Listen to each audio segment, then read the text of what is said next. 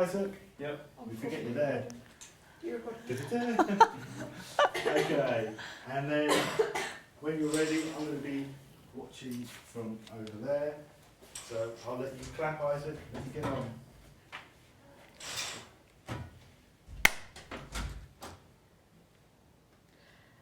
Just for the purposes of the film, could you please just introduce yourself and tell us which charity you work for? Well, my name's Jill Gibb and I'm the Chief Executive of the charity Tree of Hope. So tell us about Tree of Hope. What is the purpose of that as a charity? Well, Tree of Hope is a unique and really amazing children's charity. We exist simply to help children who don't have the opportunity to get treatment that is available. I may mess that one up totally. I'm looking at you thinking, I'm just blithering already and I've only just started. You're looking at me because you know you've told me this already. I know, I'm thinking, silly knows of this. You guys don't, so I have to Okay. remember that. Right. Yeah, look at, no, I was going to say look over my shoulder, but that won't work. No. So we'll take it that you've introduced yourself. Yeah. So to start off, tell us about what is the purpose of Tree of Hope as a charity? Well, Tree of Hope is a really unique and amazing children's charity. Basically, we help families whose children need operations, treatments and therapies that aren't ordinarily available in the UK health economy. So it's a real surprise for many families when their children become ill that there isn't help available to them. Tell us about that in a bit more detail. You say treatments and therapies. What do you mean by that? Well, you might find that you have a child and that child becomes ill. Sometimes it's not really clear immediately what is wrong with that child. And we find that families are often searching for a diagnosis and they start looking around on the internet for solutions. Sometimes those solutions are in a different part of the UK to the one they live in, and sometimes those solutions are available abroad. So we do have children who have syndromes without a name, but we have children who perhaps have an illness that you would have heard of, say cerebral palsy or cystic fibrosis, and there will be a therapy or an operation that may help that child, but it will be a therapy or an operation that either the NHS or social care will not support financially. So that family has the choice of paying for it themselves, and if they can't afford that, to actually look at fundraising for that operational therapy, and that's where Tree of Hope comes in. Because with such complex needs, presumably you're talking about expensive therapies and treatments. Yeah, some of the treatments can be incredibly expensive. With cerebral palsy, for example, there is an opportunity for some cerebral palsy children to undertake an operation called selective dorsal rhizotomy.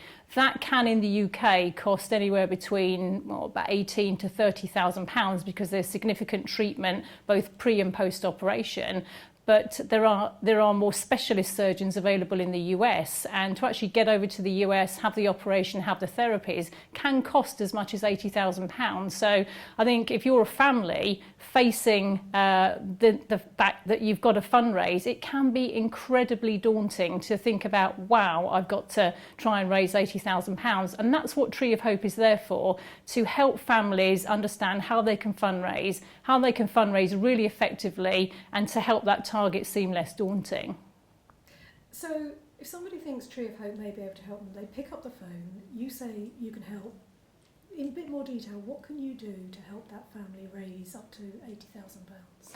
Yeah, well, a family will pick up the phone to Tree of Hope, and we never know who is on the end of the phone because we hear all sorts of different stories and there are emerging issues all of the time. So what we do first and foremost is listen. We need to listen to that person on the end of the phone because quite often they're very stressed, they're very upset, and they feel very alone. And I think that's something we really have to be considerate of. So we listen to that person and understand what it is that they're ringing for, what the treatment is that their child may need. And actually, we'll often find that perhaps we've heard a similar story before, so we can reassure and empathise with that person. We often put families in contact with each other so they feel a little less alone.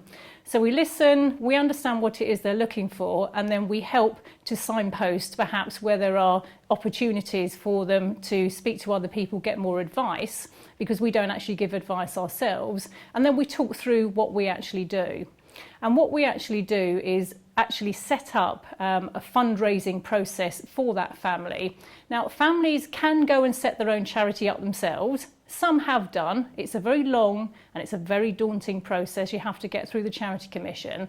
And what Tree of Hope actually does is allow a family to shelter effectively under our charity umbrella, effectively have their own family campaign as a small charity within our bigger charity. So it's a little charity in a box effectively. So that charity is your campaign and your campaign only. And we help you think about all the different methods of fundraising you can undertake. We share lots of suggestions from other families. I mean, if somebody's got a great idea, why not tell others about it too? So it helps make people on the end of the phone feel very reassured that actually this is doable, because we have to be really realistic. If you're facing the prospect of helping your child who is ill, taking them back and forth to hospital, that child may have siblings, taking on board a fundraising campaign on top of that is very difficult and quite time consuming. So we often recommend to people on the phone to get family and friends support and get people to help by actually undertaking some of the fundraising for the family, so that it makes it again feel less daunting. We try and encourage campaign targets. We speak about how to use Just Giving, which is an online fundraising tool. Makes it a lot easier for families because people can then access it themselves. And then once we've set everything up, and that process can take anywhere between 1 week and 8 weeks, depending on how busy the family is. Everything is set up, and then we offer different support.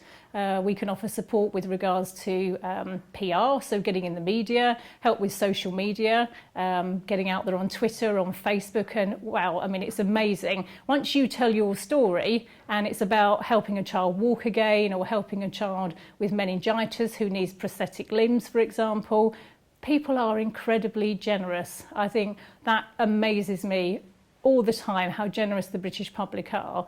And when we get some good media campaigns going, we can be deluged with cheques for particular children. And a great example recently was a child who's literally just had an operation in the United States to allow her to walk again. And they raised £80,000 in 3 months. And that was the power of being in the media. And we had old age pensioners sending cheques in for £5 to allow that child to walk again. So it's amazing, the generosity of the British public. And I think when we talk to families, they have no idea that that is available to them and that people will be so generous, which is fantastic. So they often leave at the end of the phone call feeling much more reassured, and we're always there on the end of the phone for people, giving advice and support, because people do have wobbles along the way and things do change. So with the kind of expertise that you're showing and being that umbrella organisation, how does Tree of Hope actually raise the money to do all that work? Yeah, I mean, we raise the money ourselves, so we do have a fundraiser, and we are really all fundraisers as a team, and that fundraising is to make sure that we help cover some of our core costs ourselves, and allows us to bring in good quality PR, good quality social media, and to produce marketing materials that will help the families. And we also ask for a contribution out of campaign funds from the families. Now, that might sound strange, charging a fee effectively, but what that means in reality is that when somebody donates £10, there is something called gift aid. That gift aid adds an extra 25p to that pound. So for £10 it will be an extra £12.50. Stop you there, because you said when they donate £10. Yeah. So can I just ask you the question again? Yeah, go on. No, that's fine, yeah. Gift aid is one of those things that it's really, everybody goes, what? I think you said when they donate £10. Yes. And then you gave the figure on 25p on. Yes, yeah, I realised I did that when, yeah, you're right. So going back to the question, how does the charity cover the costs of ensuring it continues to offer effective support to families? Well, in 2 ways. We make sure that our costs are covered. Sorry, I'm just... You want me to say the question, yes. don't you? Yeah. So sorry. I realised that as soon as I launched into it. Questions, isn't it? Right. Oh dear. How does Tree of Hope cover the costs of ensuring that it continues to offer effective support to families? Tree of Hope covers its costs in 2 ways. One, we have our own fundraiser, and we fundraise ourselves to try and cover core costs and to make sure that what we can offer is as cost effective as possible. So that's a stretch. So we know ourselves how difficult fundraising is. The second thing that we do is ask for a contribution from campaign funds, and that's not as daunting as it may sound. Well, I've raised all this money and you're taking 7.5% out of it. There is something called gift aid, and in reality that's where that contribution is taken from. So if you raise £10, that actually becomes £12.50 with the addition of gift aid, and the 7.5% contribution comes from that. And it's also important to say that any online fundraising mechanisms also attract a fee of somewhere between 8 and 10% as well. So on our website we detail very clearly what that would mean if you get a fundraised amount. You'll still get that amount, you'll still get a bit of gift aid, but actually the fees are taken out of there. Because I have to be really honest, what Tree of Hope does is offer a really great service. We're very efficient, we're very effective at what we do, but it does cost money. So my job as Chief Executive is to make sure that we're as efficient as we can be, as lean as we can be, and give the best possible service that we can. And our aim as a group of staff and also with our trustees is to make sure that that contribution remains as low as possible. So at the moment it's 7.5%, and if we can reduce it then we absolutely will. So we have to be very honest, it's not a free service, but I think what you get is really good value for money. Because legally, as you mentioned earlier, it can be very difficult for people to set up their own charity, for Yes. example. So you mentioned the phrase shelter in a box, which I thought was a rather effective phrase. Tell us a little bit more about why you use that phrase. Tree of Hope likes to think that they offer a charity in a box, and what that means is that we can comply with all of the Charity Commission regulations and make absolutely sure that what we do meets those regulations and that everybody is safe and that there's real integrity with regards to fundraising. So we get asked very often by donors. They will ring us up and say, I've donated money to this campaign. Can you be absolutely sure that the money that you're giving out is for the purposes it was originally fundraised for? And that's one of the key elements of our job. We keep the money safe, and that's really important. We keep the money ring-fenced for that individual campaign, and that's known as restricted funds. And then when the money is invoiced for to actually pay for an operation or flights or physiotherapy or a prosthetic limb or orthotics, we make sure that that's the reason the money was originally fundraised for. So we comply fully with the Charity Commission requirements, and I know that donors are interested to make sure that that money is being used effectively and actually has real impact and is helping to change that child's life, because the donors bought into a really emotive story in many cases, and they want to make sure that the money that they've given has been put to the best use possible. Let's come on to you personally, just for a moment. You've been with Tree of Hope for a year now. But as you've been explaining, on a daily basis you're hearing stories about very ill children, very desperate families. What made you take a job like that? Well, I joined Tree of Hope because it was an amazing charity doing something that I thought was fantastic, which was helping families very easily raise money for things that were absolutely desperately needed.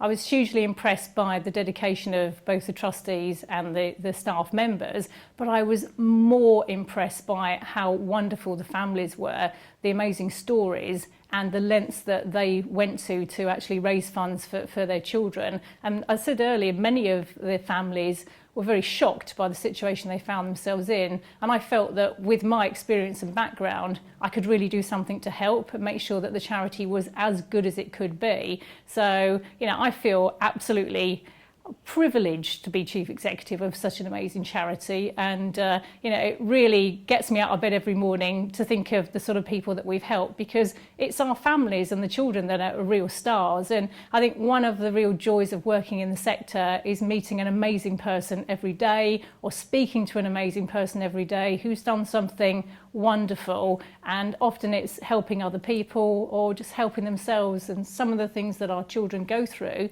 with regards to physiotherapy, and myself personally, I've never experienced any of that physiotherapy. Some of my team have, and it's difficult and uncomfortable, and I think that's amazing. So if we can help make those families' lives easier, then that's what motivates me.